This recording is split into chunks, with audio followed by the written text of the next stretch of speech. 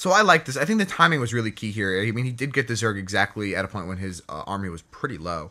Yeah. Well, what do we have coming out for Zerg right now? We have a bunch of Hydras. So I'm really curious to see how this works against. Yeah, because Hydras are great against Stalkers and Carriers. Masses of Hydras. He should take a ledge position right here, where his the big things can't get shot by the little things. Yeah. You know. Yeah, like Double Fudge Sunday. The Double Fudge on Sunday. Tuesday. The honky tonks need to get to the top of the ledge. Yeah. I feel like this is a little bit of miss micro here by the Zerg player, because I feel like those Hydras could have gotten one carrier down. One carrier is retreating. Yeah. Really, you need to kill them. Yeah. This Zerg is really good at almost killing Protoss units. Yeah. But really in this situation it sucks, because now Aspire is going up very late, and this is the kind of thing where a lot of times playing as anything, but especially Zerg, it helps to just have production buildings available, even if you don't plan to use it fully. Because in this situation, I mean, we ran some tests before against what really works best against carriers, and corruptors. Like out of everything we tried, we're trying infestor play, seeing if infestors could even lock down the little interceptors. They don't do it very well.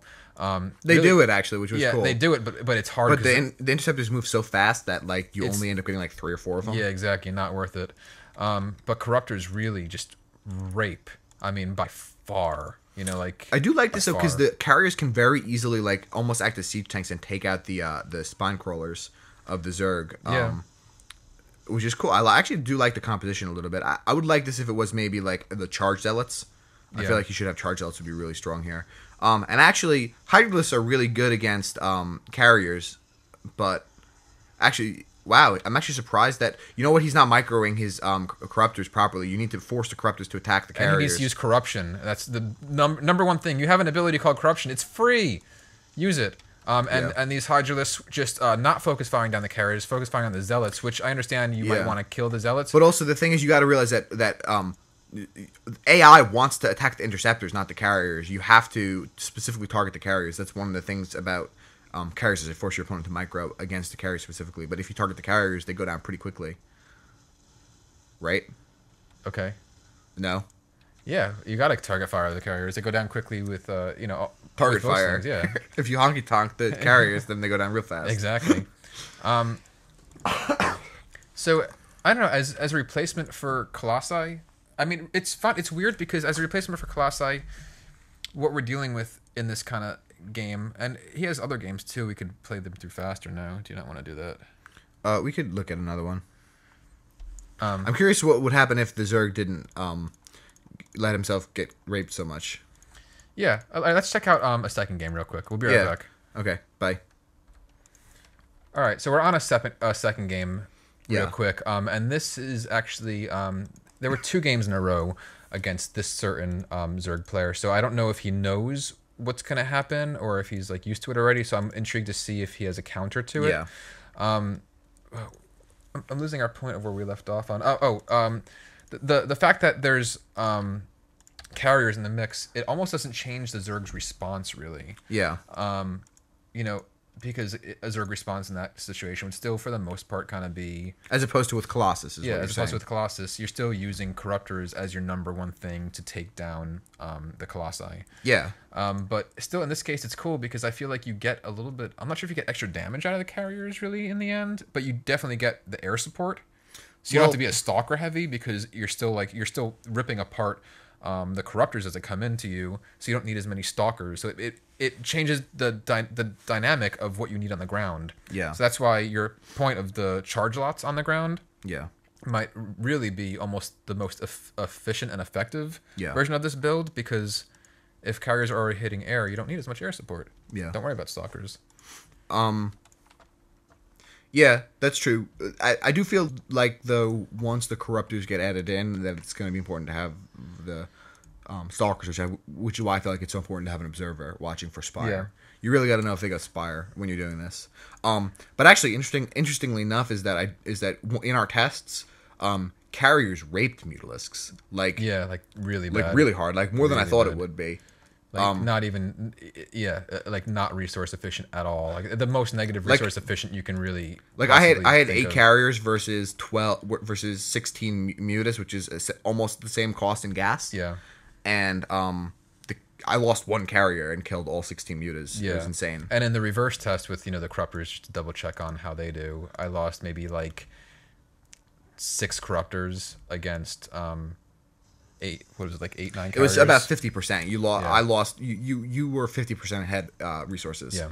In terms of corruptors that were left at the end. Yeah. But the corruptors are really good against the carriers, and I feel like having the stalkers to kill the corruptors is totally important. Well, it's important, but I'm saying, yeah, I guess if you catch your opponent off guard before he has corruptor, but you don't need as many stalkers. But if you see he Yeah. has a spire up and he's not going just a Hydra kind of counter, then add more Colossi to your mix. But initially, you could probably get away with mostly zealots.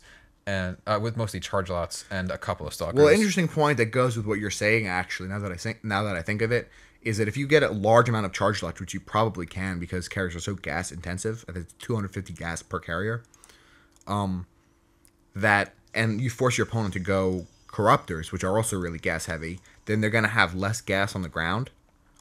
So your charge lots should be able to be really effective against what they probably have on the ground, which is probably going to be Hydralisks. So ideally, I mean, like, you might not even need to kill the corruptors, because let's say they build enough corruptors to kill your carriers have already done damage to the ground, and then your zealots can just charge in and not get hit by the corruptors at all, period. Okay. And maybe even, push the natural or win the battle, essentially, Yeah. Because you're forcing all of his stuff to air, and then your switch to a pure charge lot on the ground could be really good, or even charge lot stalker on the ground. I don't know. Yeah, I dig. Plus, you can always go back to carries a few more Spood Lords. I don't know. This is getting too theoretical. Yeah, but I think that charge lots a little too much. I think charge lots with carriers are good because you do force them to get.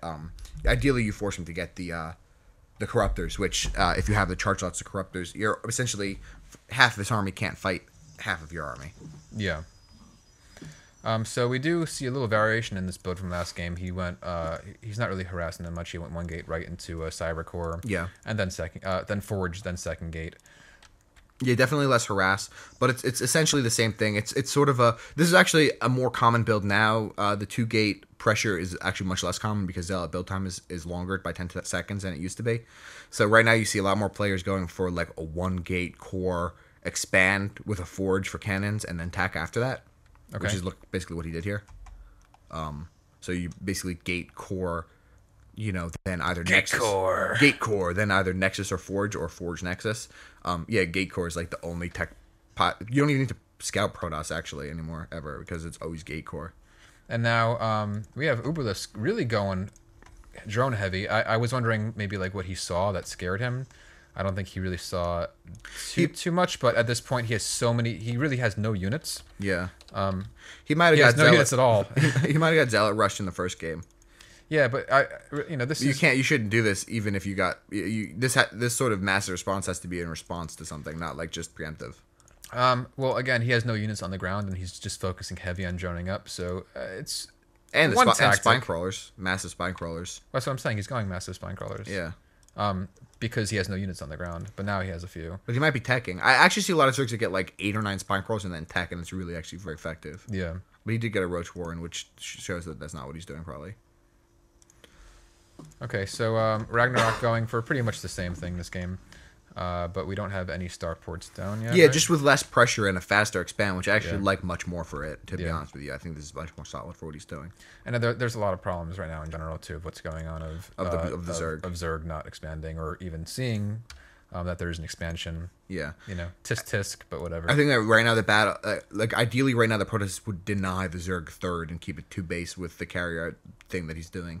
Because I think once Zerg can mass enough, I think Zerg able to mass enough Hydras would be able to stop the carries, definitely. Yeah. But we do have 2 Stargates going down, and Zerg really has a, I guess now he's going for the push, being like, okay, this is the timing for a push. I have a lot of, I got a lot of stuff. He kind of preemptively built way too many spine crawlers, I think, that he shouldn't have done. He was very passive early, but, it's just maybe another style. If it works, it works, Yeah. Now, this is just not enough, really, to go against. Yeah, and he actually waited till the cannon's finished, which is not good. Yeah. You don't want to do that. Or maybe you do. Yeah. If you're trying to throw the game. Yeah, I don't know. Interesting force fields, but actually, I think that a better force field plan in that situation would be to wait for him to get a little closer and then force field him so your cannons can hit him and you can actually kill his stuff. He's going for the main and nice force field. Yep, very good. Go. And now that's what you want to do. Fall. Yeah, ideally you don't want, if you have a choice of stopping your opponent from attacking or like letting them attack and killing half of their stuff, you should always let them attack and kill half their stuff. Yeah. Yeah, that was cool. I like that dynamic a lot of, I see you going in there. All right, I'm going to wait. Force field. That's my force field. What? Tukmo se Pratinsko. That's from the Lost Temple of Doom. Yeah. He's trying to steal his heart. He's trying to take his heart out and throw it into the volcano. Yeah. Well, what would you do if a crazy Indian shaman was trying to pull your heart out with his nails? I would probably tech to Rue Lords. Yeah, I think that's probably the best answer. Yeah. Best response in that situation. Yeah. I don't know if they speak another language or if they're possessed. It looks like either their keyboards are broken or they definitely are like Russian or something. Yeah. That's cool. Yeah. I mean, it's tough because I would really like to see this build go up against someone better. And no offense to Uberless, but someone who's scouting, maybe he knows what he's going for because they talked about it. Just because he's being passive doesn't mean that. Just because he's being non-aggressive doesn't mean that he's bad. My judgment is still pretty reserved on him, actually, to tell you the truth. Yeah, but I'm saying, like, when you know your opponent's on a second base, like, there's no third base going on. There's, I don't know. I feel like he's looking to face the Protoss in direct battle. Yeah. And I feel like that's a bad idea always. I don't know I will see how it goes. Let's see how it goes. Okay. I just want to see what he's going for. I mean, like he shouldn't be behind on drones right now, but he is, which is strange to me. Like he has 50 drones to 48. He should be way ahead on drones, and I feel like he should have taken a third. But I'm just gonna wait and see what happens. Yeah. Really, he should have had a window to pressure. You're right about that, I think, and he hasn't really scouted it. You're right about that too. But I don't know. Let's just see what happens.